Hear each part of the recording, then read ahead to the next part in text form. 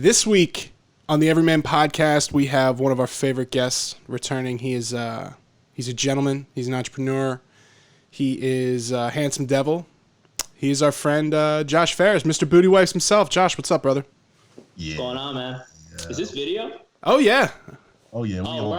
We on. All right. Yeah, we're on. We're on, dude. Yeah. We on, baby. We're in there. We're live right now. In there like footwear. Yeah, we're not. We're live to tape. Live to tape. Okay, live to tape. Okay. Live to tape, not live.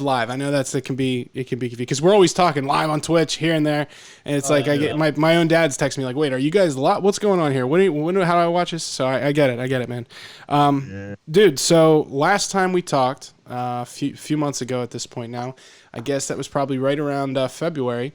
We connected by way of our passionate desire to have fresh booties and fresh lives in general. And, we talked a lot about your story, kind of you as an entrepreneur. And so we encourage everybody, listen to this for the first time, head back into the archives, check out the origin story there.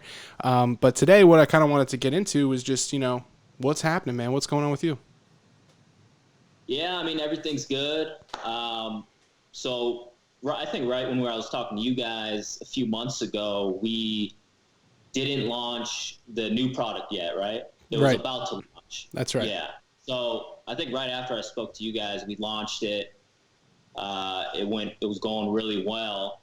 And then once the lockdown happened, which was March 12th, it just took off. We sold out in like 2 days, everything. Which is, it's a good thing. It's, but then we're out of stock for 2.5 months. Just been working every single day pretty much. And just trying to keep up with demand, keep up with the sales. Cause I think the toughest thing we're going through right now is just keeping up with demand. We keep running out of product. So, well, I know a lot of companies are in that boat, and it's funny you mention that because right when everything started to hit the fan, I sent you a message. I was like, bro, what a good time to be in the booty wipe business, huh? And you're like, for real, we're blessed. Yeah. We're really blessed. And it's true, and we try to make light of a difficult situation, the uncertain circumstances, so to speak. But, you were one of the first people I thought of about how I was like, well, it's good for Mr. Booty Wipe. So, I was glad to see you guys, and it's a good problem to have, I guess, that fulfillment issue. Yeah, it's a good problem to have, a lot of people are hitting us up when you're going to be back in stock. So a lot of people like our product, and, we're making modifications to make it better each and every time. But I think what's cool was March 12th was when the lockdown happened, right? Exactly a year, March 12th, 2019 was when we got our first sale, right? We did $20 in sales that day. Fast forward a year later, March 12th, we did over 100,000 in that day, March 12th. So it's in 2020. So it's just the exactly 1 year, and it was just insane. And I think it was just weird how it was exactly 1 year apart, and it was just kind of weird. I have this saying, man. I always say it's, it's not just mine, but I always say what a difference a year makes, because like so much can happen to your life. And I learned this when I was recovering from my open heart surgery back in 2012, and I was on my deathbed January 2012, and then by January 2013 it was like, holy shit, like this is incredible. So you really never know, like, what's around the bend, and it's crazy to think about how that cycle is all, Cosmic Canoe, man. Yeah, Cosmic Canoe, baby. That's how it is. Yep. It's all connected. Speak it into existence. And it was like, I think a lot of people are scared to like start things, Oh, for sure. Especially now. Fear. Yeah, actually, in my opinion, right now is actually the best time to start a business. Why is that? Like, reason is, well, first of all, when COVID happened, right? Retail's just, it kind of got diminished a little bit, and people are just scurrying around, don't know what to do. But to start an online business right now, it's the best time. First of all, the traffic online for online businesses just almost pretty much doubled. Just if you had an online business before and you're selling a product, you're a product-based business, or even a service-based business, but you have like an online infrastructure set up, your sales probably doubled. Amazon this year, in Q4 this year, it's going to be, I'm guessing, I think it's going to be double of what last year was for sales just on Amazon.com alone. So, and just, I think people who are furloughed and aren't working, getting unemployment, and then that extra $600. Yeah. I mean, I was telling all my friends, I was straight up like, dude, my friends who were on unemployment and getting the extra money and who weren't working, I'm like, this is your time to like, there's not going to be a better time in the world in your lifetime right now than to start an online business. Because first of all, the most valuable thing is time, right? You have all the time in the world now. You know, you have all the time. And then on top of that, you have, you know, a lot of my friends were getting over $1,000 a week total, just money coming in every single week. It's just a perfect, you know, it just, those two things put together, like, man, it was for a lot of people, it's the best time to start, to be honest. Well, I'll tell you what. A lot of people are scared. Yeah. And like you said, how you like vibe back a little bit and like, oh, really? Well, that's the thing. A lot of people always make excuses like, oh, no, it's not because it's COVID. Businesses are struggling, but blah, blah, blah. But it really isn't. And online businesses are thriving right now. Believe it or not. I'll tell you what, man. I actually agree with you because when this started, and it was weird because, you know, my fiance and I, we had her friends down here staying in our guest house for the weekend, and we were at a brewery watching, you know, whatever, the Flyers or whatever. And we were like, yeah, I don't know, man, this thing, I don't think this is going to be a big deal. That was March 10th. And then March 19th, I was furloughed. And then it's like, you know, 9 days later, everything was like, whoa, what is going on? And I think initially everybody was like, holy shit, they're talking, you know, they're talking crazy numbers here. And we got to be careful because we go on YouTube, and YouTube will, and I don't care, YouTube, you can hear this part.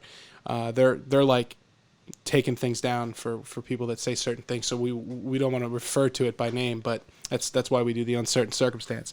But when all that shit started happening, and Daryl and I with our busy schedules, all of a sudden we were on hold, and I was like, dude, we both, I mean, it wasn't like it was my idea. We were both like, this is never going to happen again, hopefully, where all of a sudden I'm home, you're home. We've been talking about taking this thing to the next level, and I'm looking at the finances, and I'm like, okay, because I was one of those people that lucked out. I managed to get, like, it was crazy. Like, I'm out of work, but somehow I'm like coming into all this cash, you know? And I'm like, this is crazy. What's going on right now? And I think a lot of people were like us, and we're like, kind of like, is this a trap? You know? And it seems too good to be true. And, you know, I was like, dude, let's take it to the next level. Let's do the video thing. Let's get this. And we got a couple pieces of gear and put the shit together, and then started developing a business plan, and had all these, like, we had all this stuff that we put together, and because in the sense of urgency, because we were like, we don't know when we're going to get called back in. So like we were just grinding. And then now it's like, oh shit, we accomplished a lot of business planning in a 30-day period, pretty much, because we just were like, you know what, let's do it. We're not going to have this chance again. And I've been telling people, like, you're going to look back at this time in your life, and you're going to say, like, what did I do with 4 months of, or whatever it ends up being? You know I lost weight. I saved money. We developed this business together, and, you know, plans to do more. And it's just refreshing to hear, because I look up to you from the sense of, you know, a guy who's, as an entrepreneur, you went out and did it, and you're a savvy guy. And I just, you know, that's part of why I wanted to have you on, is so people can hear, like, listen, it's not all doom and gloom right now, especially, you know, with this, again, we're not giving financial advice here, but, you know, take a look at what's going on with the stock market.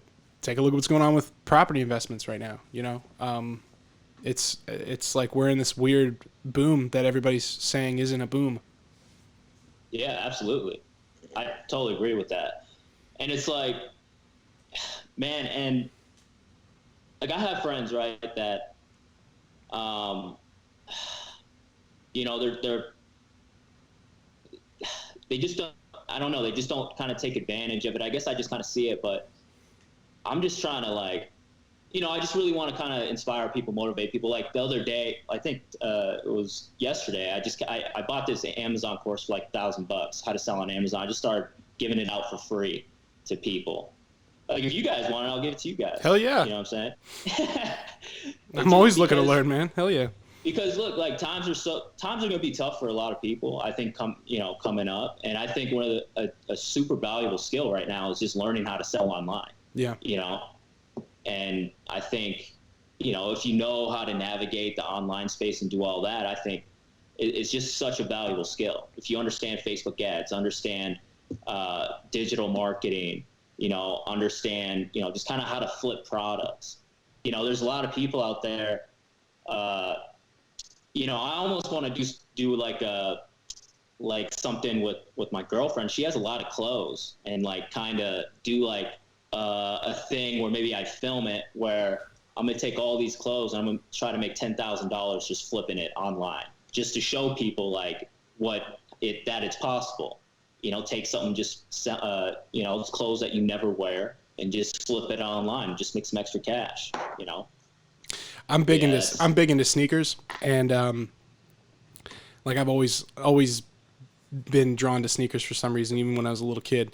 Even before the hype, it's now like a mainstream idea. Like it used to be embarrassing, be like, yeah, I've got fucking 60 pairs of sneakers. People be like, now they're like, oh, let me see. And I'm like, dude, I literally have bags of sneakers all over the house. I don't even know where some of them are.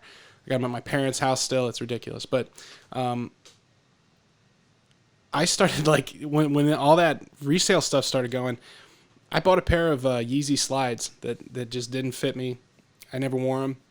And I bought them. They were $55. I sold them for like over $300 using StockX, or wow. Goat rather.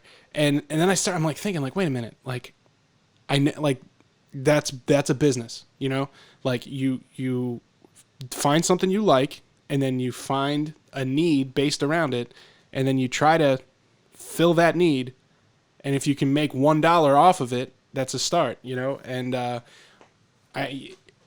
I'm trying to, like you're saying, redirect that energy instead of consuming stuff. Because I think what you're saying there about how you have friends that just maybe they don't really see it, and I can relate to that for sure.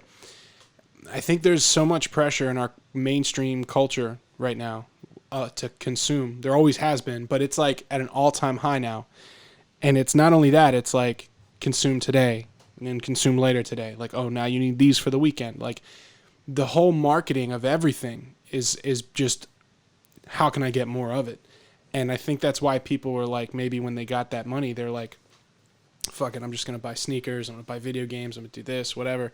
And they're not because they think of money as like it just is always coming, and it's not a finite thing. Yeah, 100%. Well, I'll tell you what. Oh, go ahead. No, go ahead. Well, so the biggest thing, Josh, and I know, Brother Zay, we talk about this all the time, is just about, what is the Everyman about? And one of the key components is highlighting people that realistically want to be kings and queens of their own destiny, right? And Josh, I know just to your boys and your people that are close to you that aren't buying it, or they're saying, hey, listen, they're shying back. It's fear, man. Yeah. It's straight up fear. And it's funny because I got people that are in my circle too, that during these times, these uncertain times, that fear not only just keeps them indoors, but it keeps them from just exploring all the gifts and the talents and the treasures that God gave them so they can make money from it. You know what I mean? So it's almost like being locked up twice. Yeah. And it's one of those things where, we talk about it all the time. That's why we shed light on the world. That's why we have people like you on the podcast, because there's no more fear. You know what I'm saying? Like, hey, you're going and investing in booty wipes. You're giving people knowledge, the keys to unlock, get out of that fear and make something for themselves, So I totally feel what both of you guys are talking about, because I got people that are just, so they're trapped twice, they're locked in a box, and inside of that box, they're locked again because they just don't want to take that first step, because what's on the other side of that fear is fucking freedom, man. Freedom, like financial freedom, like freedom in your life, freedom in your marriage, man. You know what I'm saying? Freedom with your kids. It's all there, but, people don't want to tap into it. And I think it's important, too, which is why we have this podcast, which is why we have people like you, Josh, on is, for people listening right now, hey, Josh is somebody that's done it, man. Like he was on the other side of fear and he's like, you know what? Fuck it. I'm going to invest in me. I'm going to invest in what I believe in. I'm going to invest in this product that I know can make things better for people. And in turn, after being blessed by that, now he's giving back. You know what I'm saying? So like, you got to think about that. Being on one side and you fearful as shit, and then boom, you're on the other side and you have increase and you have purpose, and now you have knowledge, and that's commendable. That's commendable to be like, you know what? I have knowledge. Now I want to give back so I can get people on the other side like me. That's huge, man. Yeah. That's fucking huge. Yeah. I mean, I think that's very important too. Like, I don't think it's good to like hold like all your knowledge that you obtained, right? So like, I always feel like, you got to give back. You got to like tell people your strategies and everything. Like if someone hits me up, I'm going to tell them. If someone's getting in the game, the online game, I'll do my best to respond to as many people as possible. And I'll always give them my strategies. I tell people my strategies all the time, right? And the funny thing is, I really don't care if I tell somebody my strategies and they have the intent to come into my space, like start selling flushable wipes and stuff. Personally, I don't really care because my mindset is, our execution is just better. No matter what, I'm going to tell you my strategies, but I know how we execute those strategies that I just told you are just going to be better, because I'm always going to adapt. I'm always going to keep learning. I'm always going to, look for the next bigger thing, all that stuff. And with that being said, we got a new product coming out, boys. What? Hey, don't tell me you're about to hit us with an exclusive here, Josh. Let's get it. About to hit you with, it's not even out yet. Okay, so obviously we got the on the go, and then we got the home packs, right? We got the home packs. Hey, love the home packs. Home packs, bestseller. Number one. Baby. Look at that. Give me that. We're so me that, excited. baby. We're excited about your booty. Be beautiful. I love it. Be beautiful. For the ladies. That's right. You're so beautiful. Oh God, you sure are. Ladies and gentlemen. Here we go. It's an exclusive.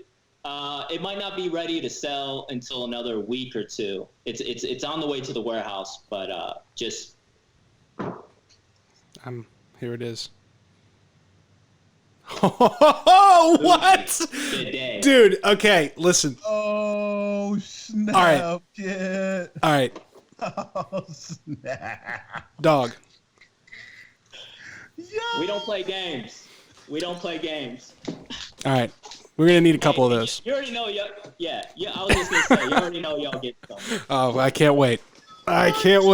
Dude, this right here is entertainment. That's crazy. That's all I can show. Wow. Okay, so let me ask you a question. So wavy right now, Dude, so you guys have a straight up, for those listening to the audio version of this podcast, this is very exciting. Josh just pulled a Booty Wipe branded bidet out of a beautifully designed package, and Daryl is losing it. He's lost. You broke him. I thought you broke him the first time you were on the show. He's done. Hey, he's dead. I'm trying to tell you. Booty wipes for life, baby. That is outrageous. For life. So here's my thing. Here's my thing. Like, look, my main goal is, obviously we're making the transition. I think one thing for all the listeners that if they want to start like a product-based company, online business, we kind of messed up by starting out with booty wipes. No, but we didn't though. But what I mean is, when you want to build a brand, we should have started out with Booty Brand, and that's like and then Booty Wipes, because anyways, but our brand is Booty Brand, so we're making that transition. So we're gonna launch a bunch of products under Booty Brand, like Booty Wipes, Booty Bidet, Booty Blank. Okay. And then Booty Bidet. 3 months, we got another product line coming out, and I'm actually super excited about this one. I don't have it on me. I'm just going to let you guys know. Y'all going to be the ones to hear it first, okay? Booty Relief. hemorrhoid treatment. Get it. Oh, wow. Hey. Wow. Josh, you are changing people's lives one booty at a time. We're changing the game, baby. This is outrageous. I'm this right here. This is a genuine. I am joyful right now. This is incredible. One, I'm excited for you as a bro to see you branching out like this and fulfilling everything you said. And this is why we hit it off, man. Me, you, and Daryl. You and the Cosmic Canoe. You and our audience is because we're the kind of people we say we're going to do something, and we do it. And then it's like, what? Do it, baby. That's how you have to do it. And I love it. I love it, man. I think that is so cool. It's so cool. Yo, wow. Josh is a fucking shark, man. Dude, he is. Hey, but I'm telling you right now, booty relief, I kid you not. That's going to be honestly, big. I have such high hopes for booty relief, our hemorrhoid treatment line. We're going to do hemorrhoid wipes, hemorrhoid cream, all FDA approved. I had to, guys, look, I don't know anything about FDA and all that stuff, the regulations. My girlfriend and I just had to look everything up ourselves, go out and research how do we even register an FDA product? There's probably a lawyer willing to take your money for that, I'm sure. Yeah, so we had to learn everything, and guys, I'm telling you, it's possible, man. Just go out and learn. You don't need to go to school. I'm not gonna say that. Yeah. Go to school. If you can't if you can't go to college, you could just learn this way. Thing is, I just think, here's my thing. Obviously, you need to go to school to be a doctor, lawyer, because you need the credentials for all that stuff, right? But even software engineering, all those things. But if you're just kind of for other things, I honestly you can learn everything from either a mentor or just YouTube. I'm not even kidding. Or just buy courses online. I buy courses all the time. All the time. The Amazon course I bought a drop shipping course. I bought a course on just wipes, how they're made, and just the whole the whole supply chain from point A, from the plant-based material, how you source it to the end product, so, and just different chemicals. I'm nonstop learning, and man, get out there and do it, guys. Come on, man. Yo, dude, booty brand. Your booty brand. I'm telling you, dude. You are an inspiration, man. You really are, because you're, like I said, you're doing it. And we just had Matt Halpern on the show. He's a fantastic drummer for Periphery, Grammy nominated, entrepreneur. He's got a software company, all sorts of crazy stuff going on. And I know him from taking lessons from him for years. And we were talking about that mentorship.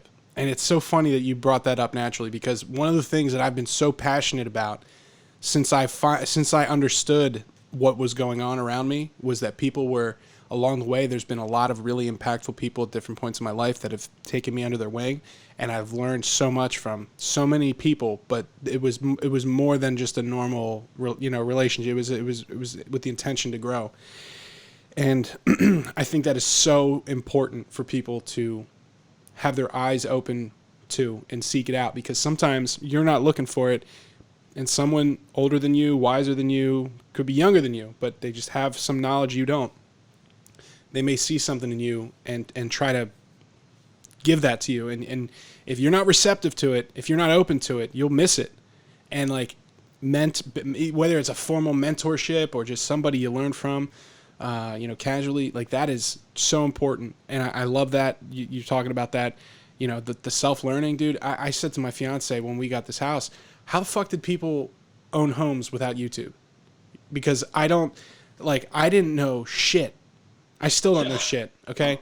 But I've done enough things and tried a few things out and used YouTube, and it's oh, okay, I can grout the tub, I can take apart the gutters, I could take apart the sink trap. I'm not gonna go wire an outlet, but I'm getting there, and it's all by being you know what, I need to do something. And when you're younger and you're not at that point, it's you don't want to learn. But I wish I could send some of these podcasts back to 18-year-old asshole Justin and give him some of this, wisdom of hard learning over the years because, oh man, like, I mean, there's just so much, and there's like no excuse right now with whether you're a student and now you're a student from home. If you're working from home and you got extra time, I know how that could be a struggle with all the extra stress of it from not being in the office. I get that, but use this time. Use whatever extra resources you have. Reach out. Like stop this podcast and go get a fucking book on something on Amazon. You know, it inspires me to go do that, man. 100%. And going back to like the mentorship thing, right? I think one of the reasons why, you know, I think right away in the beginning why I started obtaining so much knowledge and was, you know, started doing, we're doing pretty well right away, right? Is honestly because I really surrounded myself with, you know, people just fucking way better than me.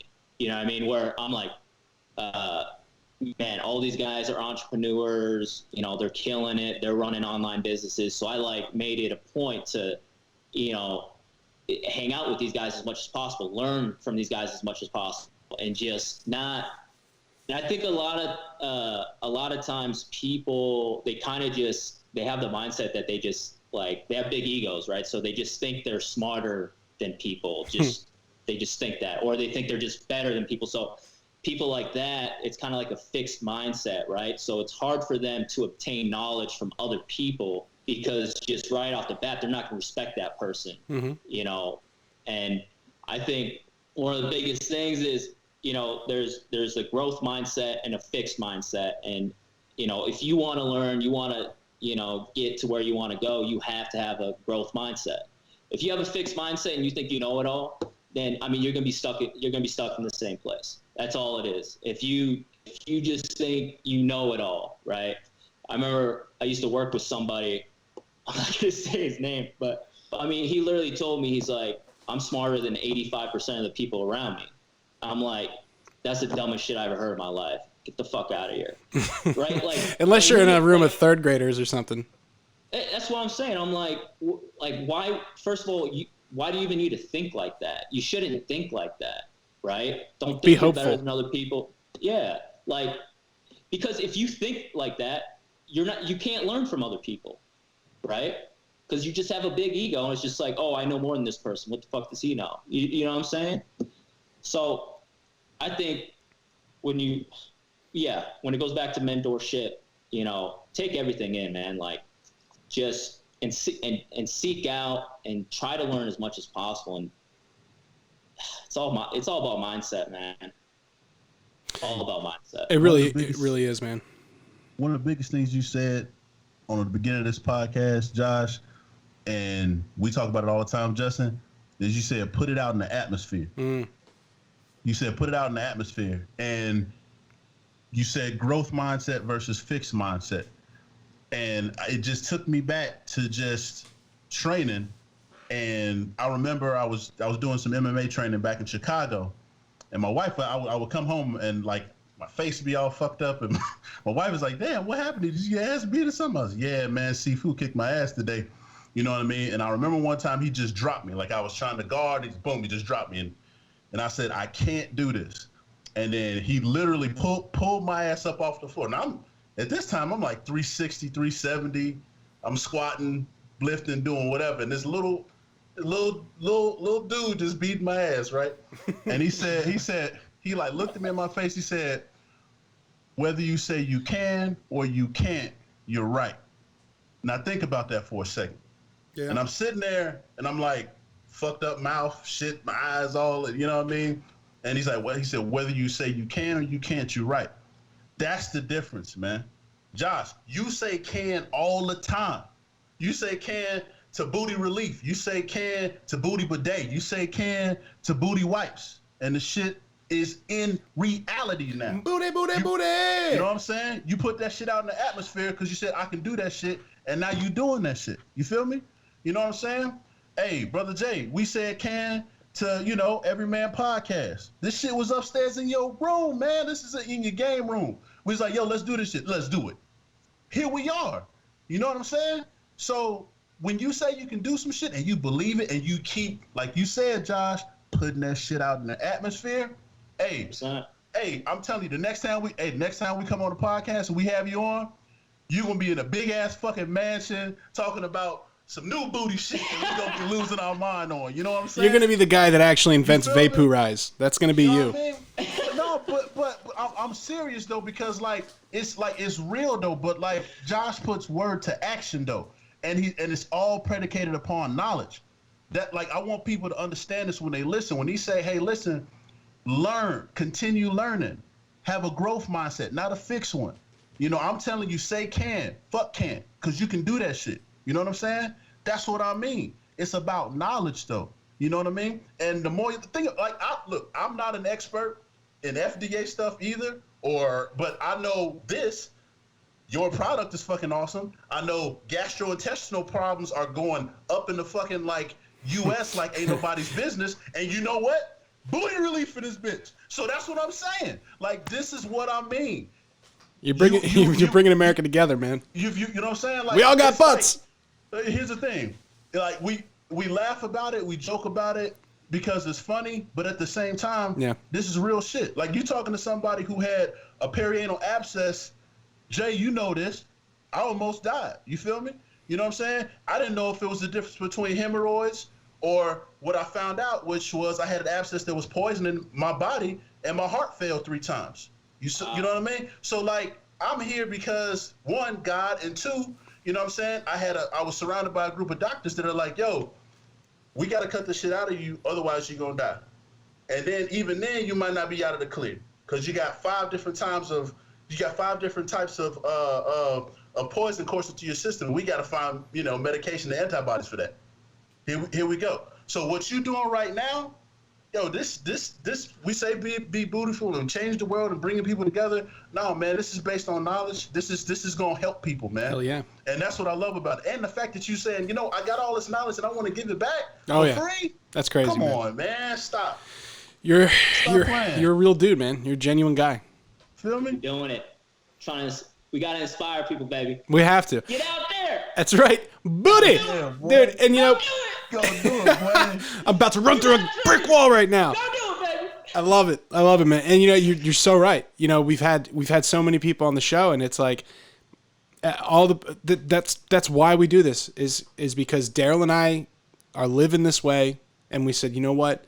Let's invite other people in to talk about how they're doing it too, and share it. And if one person listening to this puts down their pencil today in their cubicle, I'm talking to you.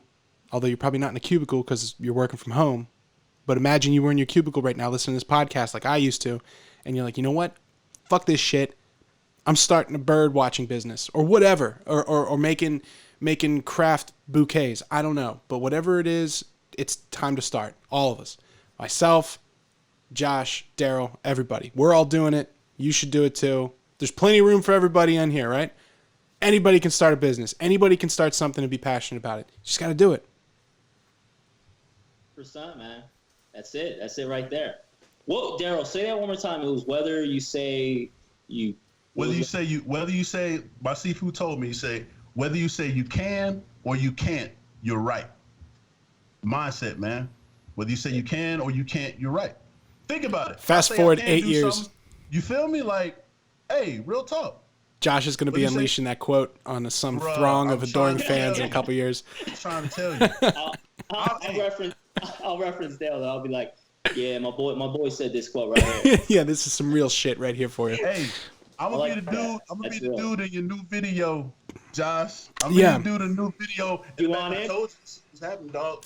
Let's talk about your videos here for a second. I was noticing. I always do a deep dive into social media before somebody comes on the show. And that's no exception when it's a return guest like yourself. And I saw that scorpion on your Instagram. The fuck? Yeah. What is that, dude? I can keep up with spiders, but scorps?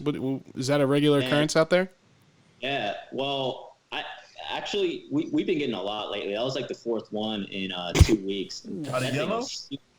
Yeah, it was yellow. It was that big. Yeah, those yellow. Yeah, so we got exterminators coming through now, so hopefully they'll be gone. But they're vicious. But it was crazy. I was like, there's so many scorpions here. You know what the most expensive liquid is in the world. Anti-venom? Like the most scorpion venom. Really? Well, get in there, dude. What are you doing? Killing them. You're sitting on a gold mine. No, I know. I'm like, and then I was really thinking about it. I was like, man, I think it was like a gallon of scorpion venom costs like upwards in like the hundreds of millions of dollars. I mean, it's a gallon. Yeah, I don't know how many. One scorpion is like, 0.001 milliliters, but yeah. Anyways, that's all. But do you really want to get in the scorpion jizz business? I mean, why not? It sounds risky. For anybody out there, if you get in the scorpion business right now. Yeah, now's the time. Now's the time. Now's the time. You start hunting them down like the Matrix. You got all these scorpions hooked up. Yeah. I think that's what the scorpion. I did research on it. Like, I saw how they do it. It's pretty interesting. I'm not going to get into it. I've seen how that. I went down a rabbit. I've got that problem too. It's like, I'll think I've got a great idea, and I'm like, I wonder if anybody's ever done this, and then I'm like, fucking 6 hours later, I'm like, somebody did do that, and apparently it's illegal, and it's like, back to the drawing board, It's I have that problem a lot, man. But so tell me, who's making these videos, man? These are pretty hot pieces of media. Are you doing that? Hell yeah.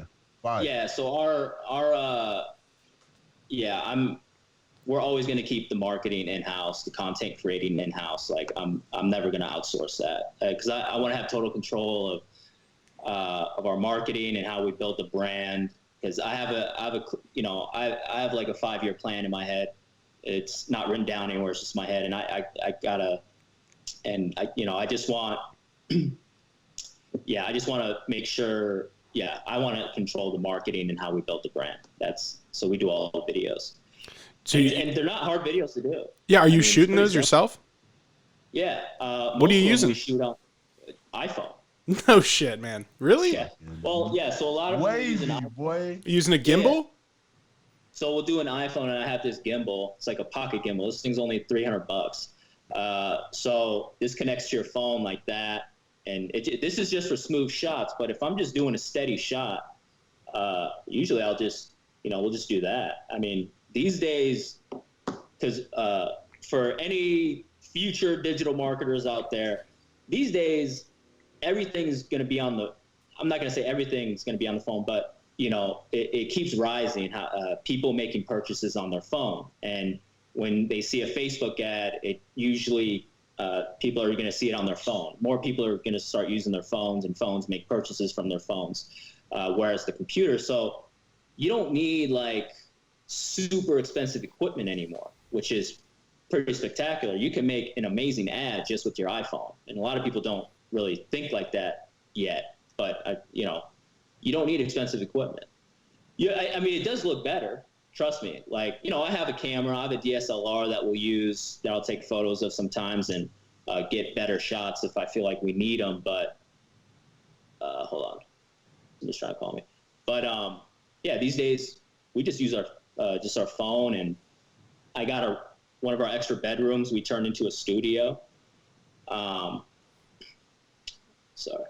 One of our extra bedrooms we turned into a studio, and and we do, and I have bought some lights for like a few $100, and we do everything.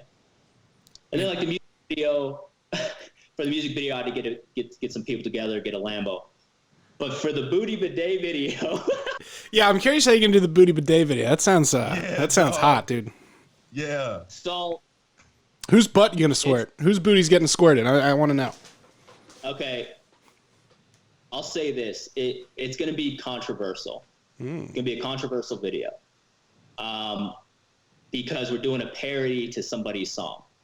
So it's a rap song. We're doing a parody to somebody's song. I'm not gonna say who it is, but it's gonna be kind of controversial. So in my head, I think it's gonna work. I don't know if it's gonna work, but yeah. Well, YouTube will let you know real quick, because our lyrics that I just wrote on the paper are fire. Oh man, yeah, I did, and you have a real the voice. We've been working with shout out to Joey and McGee and Sakura, our marketing guys that are helping us out with the pod here. but they talk a lot about the voice of the pod, the voice of the marketing of the pod, and that it's organic. And when I see your content, it feels like content. It doesn't feel like an ad, and I'm like, oh yeah, I'm gonna watch this. I'm gonna see where this is going here with the salad. You got any plans to release those salad tongs? The spoon set? Oh man, those are pretty tight. My girlfriend and I, we talked about it. We're for sure gonna list them on our website. We're redoing our website as well. So we're doing a whole revamp. Right. Like we're gonna merchandise, so you can buy Booty brand clothing. Like we're doing it all. And then the salad toss and tongs with the logos on it, with Mr. Salad Tosser on it. Those are coming out as well very soon. That would be good. And maybe you could do like a chef's, what do you call that? Yeah. Chef robe. Apron. Yeah, there you Chef go. apron. Chef robe. What an ass. Yeah. Yeah. Like Get a little chef robe, and a little Mr. Salad Tosser on the front there. Chef number robe. one booty brand. Yeah, I could see you guys. Sponsoring a NASCAR at some point. I really could. I'd like to see Booty brand on a stock car someday. Maybe you can make that happen. Sure. Hell yeah, bro. And we've been approached a few times by no super big names, but one of these.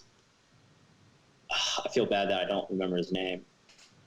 Anyways, we've been approached, a few times, and it just costs a lot of money.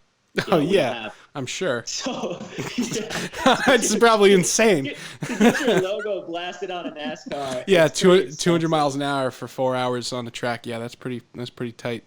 But it could be worth it though. That's the thing. But yeah, I mean, big audience. I think people sleep on the NASCAR audience. I know I was kind of naive to how big NASCAR truly is. And then, I've got some family down south, and just expanded my mind a little bit. Like the numbers for NASCAR and just huge. Auto racing in general is insane. No, it's huge. Stupid. It's insane. Stupid. Yeah, just like wrestling.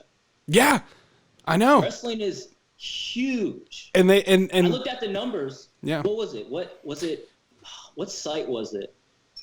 But they're like one of their wrestling accounts on whatever social media is like top 5. WWE has more social media, and they tell you this every fucking week.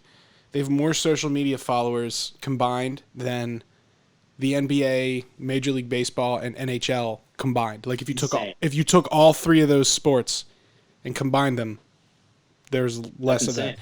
It's nuts. Yeah. And like the global audience they have, and like, Daryl and I have seen it though firsthand on this podcast, because when we have some of these guys on, like the guys from Dream Theater who have this big global audience,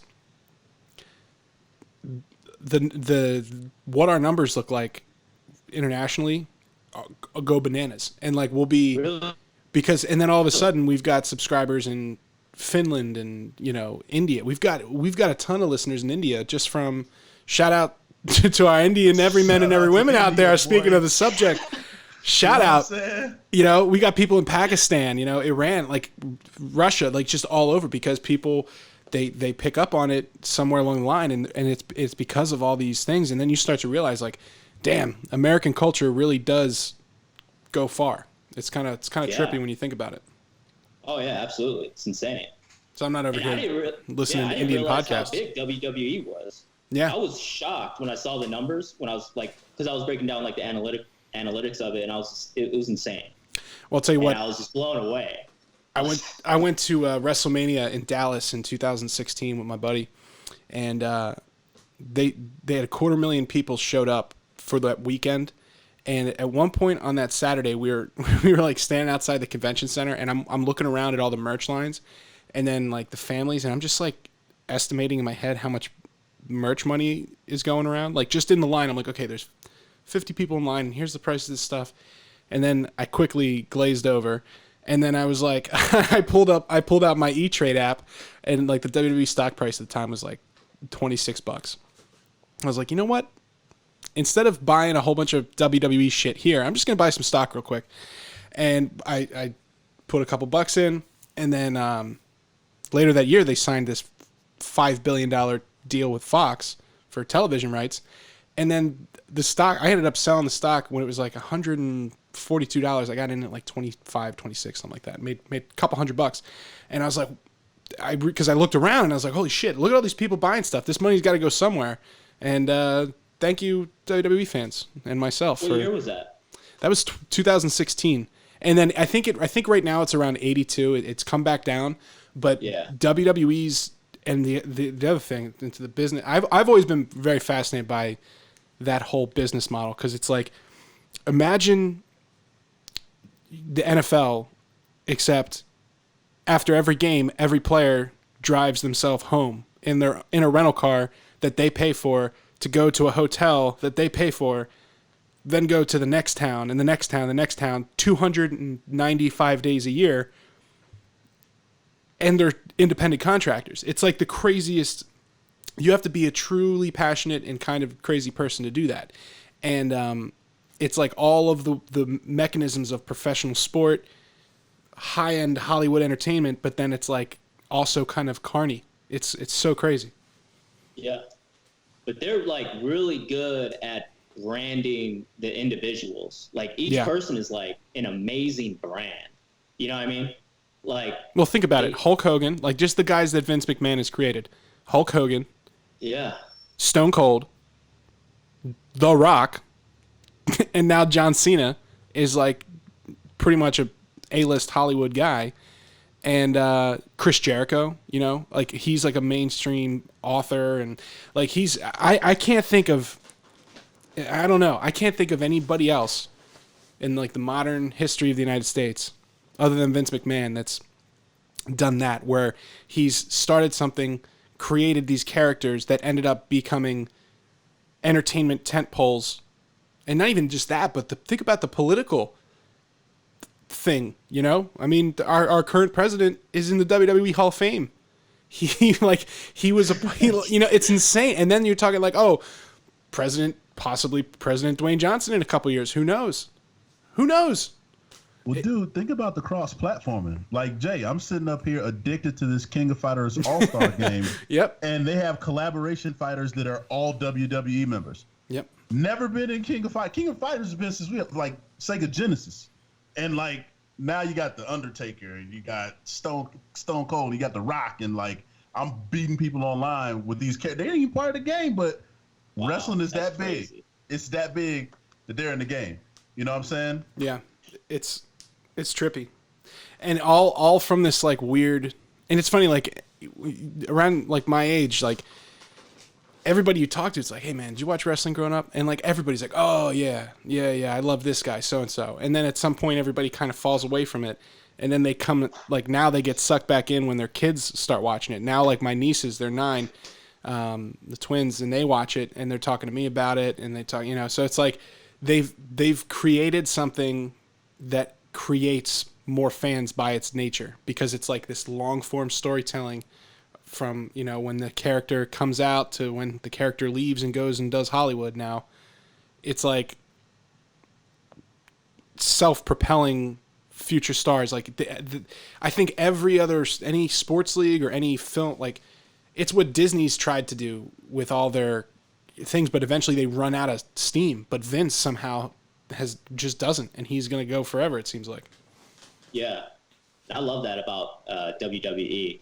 I mean, I think, like, imagine if, like, I feel like, you know, the NFL and NBA and stuff, they kind of censor the players. Like, they want to, they don't really let them be, like, super weird and, like, really express themselves to the ultimate limit sometimes.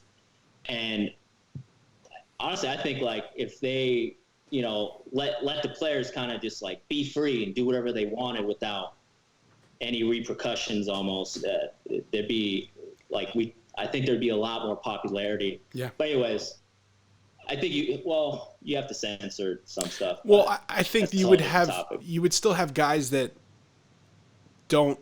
just want to play ball, right there. Yeah. Like you'd have guys who are like, I'm not gonna put tie-dye. I'm not gonna wear a tie-dye helmet, you know. Well, but there'd be the Dennis Rodmans of the world that are like, fuck it, I'm gonna play ball in a wedding dress. Well, I mean, there's a great deal of entertainment value to be had, yet I still think with the game of football, like especially NFL. I think that's why the XFL for its you know, it's rest in peace. You know what I mean? Short-lived. But the key words, you know, I'm hearing on this podcast from you too, Josh, is brand, right? And then, you know, for NFL purposes and just for fans in general, what's the biggest thing you want out of NFL players and it's the league itself? You want access. And the XFL brought both of those together, and it showed everyone for that brief moment in time what professional football could be like on a grander scale, with branding players still being somewhat, you know, sensitive, but letting them be more expressive, and then big time access. Always on the sidelines, interviews after every play. You know what I'm saying? And it wasn't like over the top cool. where you're like, oh man, these are fucking assholes. Why don't they just let them, like, you know, chill out?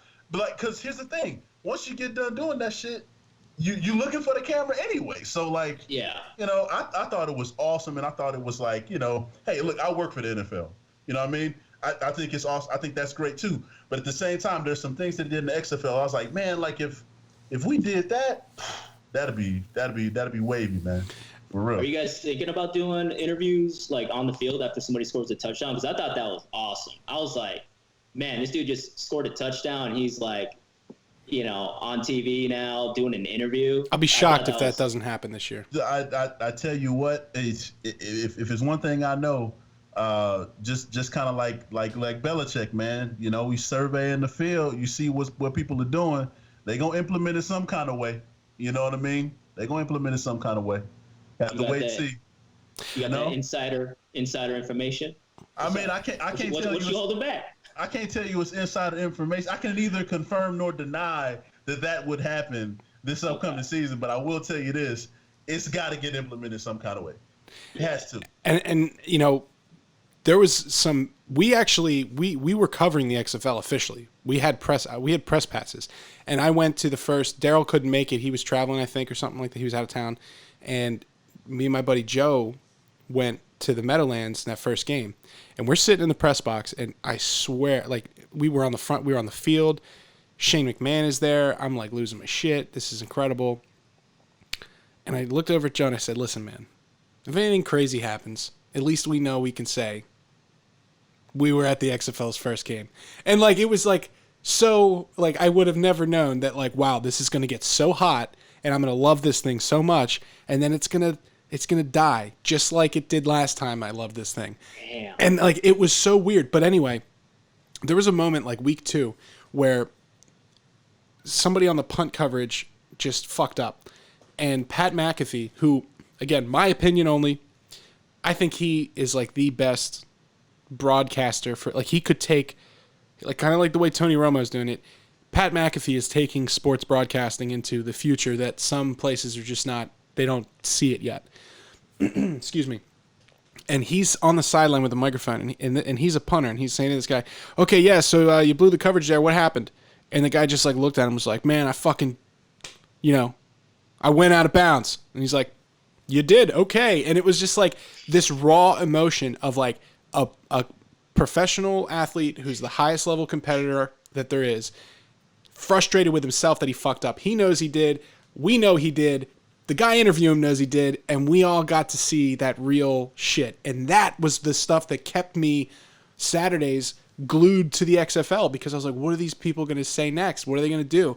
And like when that lineman was like, he's like, "I'm just trying to do my fucking job." And it was great. It was great television. And like, I think the every man, every woman out there who maybe is not a football fan, that like even my fiance, who's not the biggest football fan, she's like, "Oh, there's something in there for her," because it's like interesting drama. Yeah, no, like I love that. Was like, I love that aspect of what they did, how they incorporated the sideline interviews, and you just get to see like their raw reaction. It was amazing. Like, they have to do that in NFL. I'd love to see that in NBA too. Oh yeah, well I think everybody's gonna have to try and do something different with all this shit going on. And I mean, we're seeing the NBA they haven't even started yet, and they're already kind of struggling to keep people contained. And baseball is like, they're just canceling series. You know, like it's really. Yeah, the Phillies Marlins got canned because like 14 players got COVID. And then, wow. Yeah, it's bananas, man. But, you know, all these things, man, it's an eye-opening experience. And as we wind down here, man, I wanted to say, I've heard from a lot of people in the Cosmic Canoe here with us. They genuinely love the booty wipes. I heard from a lot of people that they went out and got them, and then I was like, "Did you use the code?" And they're like, "What code?" I'm like, "I told you, use the code Everyman," and they didn't even know. So there's the people, full price, discounted, you name it. People loved it, and we love it. We love you, man. We love the product. Can't wait to see where the Booty brand goes next. I predict. Yeah, baby. I predict. Someday you're going to be in Booty Castle with your own golden toilet that you've designed. That's the goal. That's Straight the goal. up. And I want to ask you guys one question though. When it comes, I want you to name two hemorrhoid treatment companies. Two hemorrhoid companies. I can only name one. I can tell you that right now. Name it. Preparation H. Perfect. That would be yeah. Now you know two. Booty Relief, baby. What's up?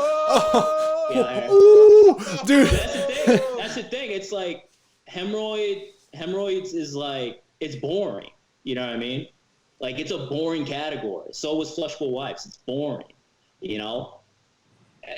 It's just, and I think people got to realize, like, people like to do a lot of things that is already popping and all that stuff, like clothing lines. A lot of people do clothing lines. Nothing wrong with that.